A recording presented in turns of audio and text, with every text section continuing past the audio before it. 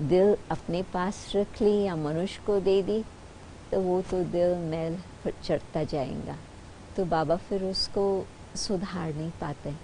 जब तक हम न अपनी मेहनत से दिल से कहें कि ये बात हमें अवश्य करनी है, कब करनी है, अभी से करनी है, पीछे नहीं, अभी से ही सब कुछ करना है। तो मम्मा की बातें याद करते याद आता कि सचमुच बुद्धि में इतना ज्ञान धारण करके उसका सार स्वरूप जीवन में प्रत्यक्ष दिखाया। सर्वगुण संपन्न इसी जीवन में साकार रूप में सब गुण मावा में नजर आते थे। कोई ये नहीं कह सकता था कि इस बात की कमी है। कभी कभी हम कहते हैं ना कि हाँ ये तो बहुत अच्छे हैं, परंतु ये बात थोड़ा कम नजर आती।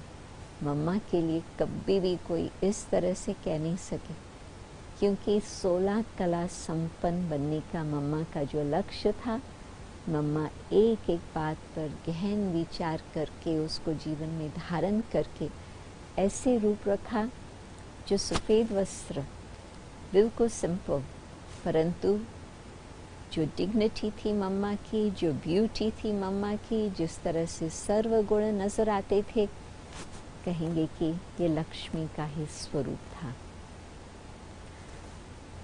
बाबा के साथ ज़्यादा संपर्क रहा, संबंध रहा, क्योंकि 57 में जिस घड़ी मम्मा से मिले तो उस समय बाबा से भी मिले दिल्ली में, और फिर बीच में 64 में मम्मा से मिले। फिर तो मम्मा नेक्स्ट ईयर अव्यक्त हो चुकी। फिर 66 में मधुबन में बाबा, 67 बाबा, 68 बाबा, 68 में 3 बारी मधुबन जाना हुआ। तो 66 में बाबा त्रिकालदर्शी। मुझे हिंदी पूरी समझ में नहीं आती थी, परंतु बाबा ने मुरली में कहा कि ये, क्योंकि कुमारियों को आगे बिठाते थे तो वो चांस था दिल को सामने बैठने का, तो बाबा ने कहा कि ये स्पिरिचुअल टीचर बनेंगी। मुझे रूहानी जिस्मानी का भी फ़र्क नहीं पता था उस समय, हिंदी बहुत कम आती थी, परंतु मैंने सोचा कि बाबा हर एक को खुश करते होंगे, ऐसी अच्छी अच्छी बातें सुनाकर उनको उमंग दिलाते होंगे। परंतु फिर जब 68 में बाबा के पास में गई संकल्प लेकर के, मुझे यही जीवन बनानी है, समर्पण होना है, तो बाबा देख करके कहते थे, बाबा तो पहले से ही जानते थे। फिर वो सीन याद आई जबकि 66 में बाबा ने कह दिया था कि हाँ ये स्पिरिचुअल टीचर बनेंगी। तो बाबा एक तो त्रिकालदर्शी, हर आत्मा के आदि मध्य अंत की कहानी को जानते, तो जो बाबा के महावाक्य उच्चारण होते वो अवश्य ही उसका सिद्धि स्वरूप हो जाता। बाप दादा कंबाइंड थे, तो फिर हम तो यही मानते थे कि शिव बाबा, ब्रह्मा बाबा, बाप दादा बोल रहे हैं।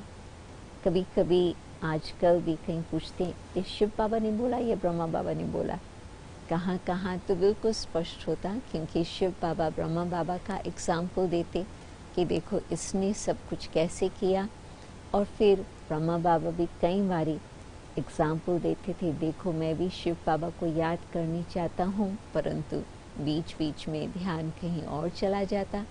तो दोनों बाबा कट्ठे कट्ठे बोल रहे हैं, तो हम बैठ कर के उनको चीर फाड़ करके अलग अलग करे कोई आवश्यकता नहीं होती। ऑलमाइटी अथॉरिटी और ब्रह्मा बाबा भी कोई कम अथॉरिटी वाला नहीं। तो 66 की बात याद आती कि बाबा सदा ही ऐसे गद्दी पर बैठते, आज मैं कुर्सी पर बैठी हूँ, परंतु बाबा गद्दी पर बैठते, पीठ का कोई सपोर्ट नहीं, बाबा की पीठ बिल्कुल सीधी, और बाबा 1 घंटा 1.5 घंटा ऐसे ही बैठते थे जैसे कि तपस्या की मूर्त, बिल्कुल टांगों को नीचे करो ऊपर करो ना, ऑफिशियल राज योगी तपस्वी। तो वो सीन याद आती कि जब बाबा बिल्कुल इतना एक्यूरेट बैठते थे तपस्या में, और फिर साथ साथ बाबा को न सिर्फ बाप और टीचर है परंतु बाबा सखा भी है। तो बाबा हम लोगों को कहते थे चलो बच्चे बैडमिंटन खेलते हैं, और बाबा तो इतना लंबा 6 फीट से ऊपर, तो बैडमिंटन का तो रैकेट बस एक ऐसे करे तो वो दूर दूर तक पहुंच जाता था। तो बाबा ने जीत लिया। हम उस समय थी 17 साल की और भाई था उस समय करीब 14-13 साल का। तो बाबा जीत लिया। तो बाबा बहुत प्यार से हंसते थे और फिर कहते थे अच्छा चलो बच्चे थोड़ा पैदल करते हैं। तो ऑल राउंड पर्सनालिटी, बाबा सीरियस, हाँ बिल्कुल। और बाबा फिर खेल पाल में हमारे साथ सखा के रूप में वो भी करते थे, परंतु उसमें भी बीच बीच में बाबा हमें याद दिलाते थे बच्चे किसके साथ खेल कर रहे हो, याद है ना। बाबा के साथ भोजन पर बैठो तो ब्रह्मा भोजन जैसे ऑफिशियल होता है वो तो हिस्ट्री हॉल में होता था, परंतु हिस्ट्री हॉल के आगे जहाँ अभी ट्रैवल ऑफिस है वहाँ आंगन था और ऊपर में सिर्फ टीन की छत थी। कमरे बने हुए थे कुछ, परंतु उसके बाजू में आंगन। तो वहाँ पर बाबा कई बार हम लोगों के साथ भोजन करते थे। टेबल वहाँ लगा लिया और 6-8 इस तरह से ग्रुप को बाबा बिठाकर भोजन साथ करते थे। तो भोजन करते करते भी बाबा उस घड़ी रुक जाते थे, हम लोगों को देखते थे इनों की दृष्टि कहाँ है, उनों की स्मृति कहाँ है। फिर बाबा याद दिलाते थे बच्चे याद है किसके साथ भोजन कर रहे हो। तो इस प्रकार से बहुत मीठी मीठी स्वरूप से बाबा पालना देते रहे। बाकी बाबा का शिक्षा देने का तरीका बहुत ही सुंदर। सुप्रीम टीचर तो बाबा है ही, परंतु ब्रह्मा बाबा भी करन करावनहार उन्हों के द्वारा किस तरह से कार्य कराया।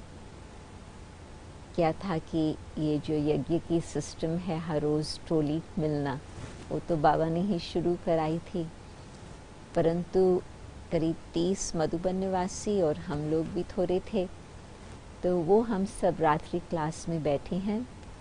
क्लास फिनिश हुआ, मॉनसून का सीज़न है क्योंकि उन दिनों में लंदन में हमारी छुट्टी होती थी जुलाई अगस्त, फिर सितंबर में वापस स्कूल जाना होता था। तो हम बहुत करके एंड जुलाई तक या अर्ली अगस्त तक आते थे, तो मॉनसून होता था। तो ठंडी थोड़ी होती थी, ठंडी उस तरह से नहीं परंतु हल्की सी होती थी ज़रूर। तो बाबा ने भोली दादी को कहा क्लास के बीच में, रात्रि क्लास के अंत में, बच्ची आपके पास लापसी का सामान तैयार है। बाबा कल सवेरे सवेरे क्लास के बाद गरम गरम लापसी सब बच्चों को खिलाने चाहता है।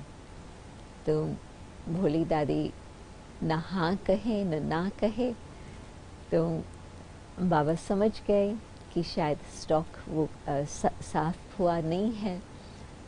तो फिर भोली दादी को बोला अच्छा अब जब तक बाबा योग कराए तब तक आप एक बोरी वो अनाज की वो आप वहाँ आंगन में रखवा लेना और बहुत सारी साफ़ करने वाली ट्रेस भी वहाँ रख लेना।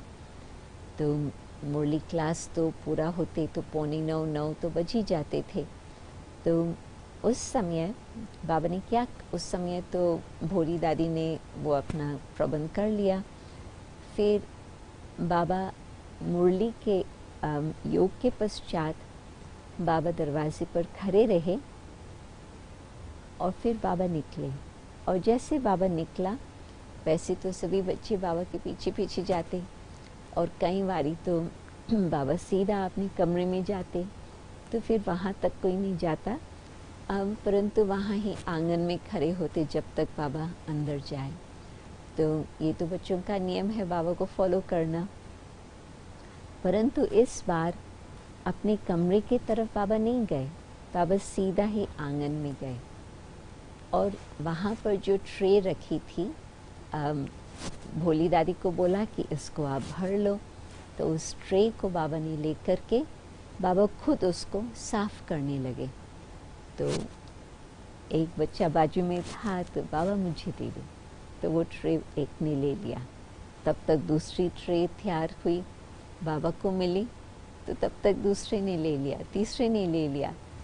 8-10 लोग सभी वो ट्रे पकड़ के अनाज को साफ करने लगे। आधे घंटे में या उससे भी कम, शायद 20 मिनट में सारी ही बोरी साफ हो गई।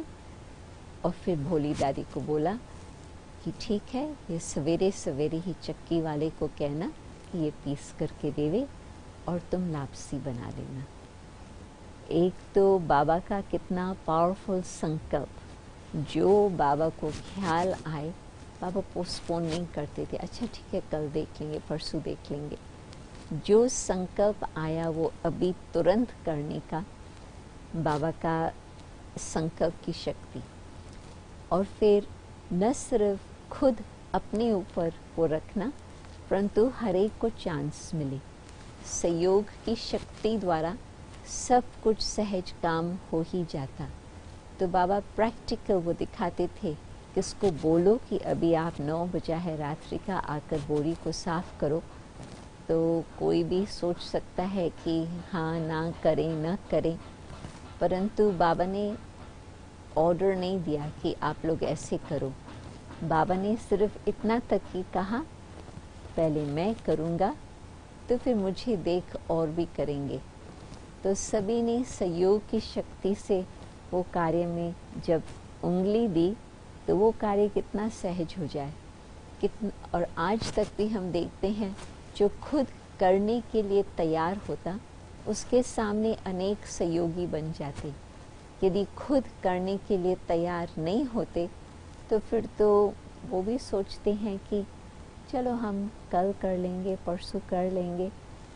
परंतु खुद खड़े होकर के करो तो फिर सब नज़दीक आकर के हर प्रकार से अवश्य ही सहयोग देते हैं।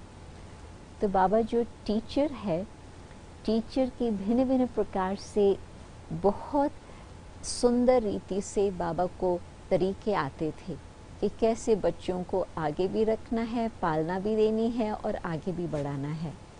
तो आजकल की मुरलियों में मैं खास नोटिस कर रही हूँ कि बाबा का प्रश्न पूछा और फिर दूसरे से उत्तर मिले, उस अनुसार बाबा समझाते रहते।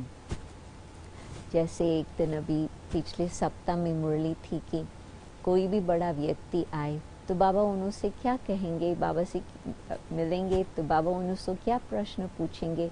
बाबा उनको कहेंगे, आपने राम राज और रावण राज की बातें सुनी है, तो वो फर्स्ट क्वेश्चन था। फिर आपने मानव और देवताओं की बातें सुनी है, second question, next question, next question, करीब लिस्ट थी 5 प्रश्नों की।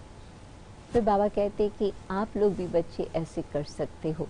बाबा न केवल हमें शिक्षा दे रहे हैं, परंतु हमें आप समान टीचर भी बना रहे हैं।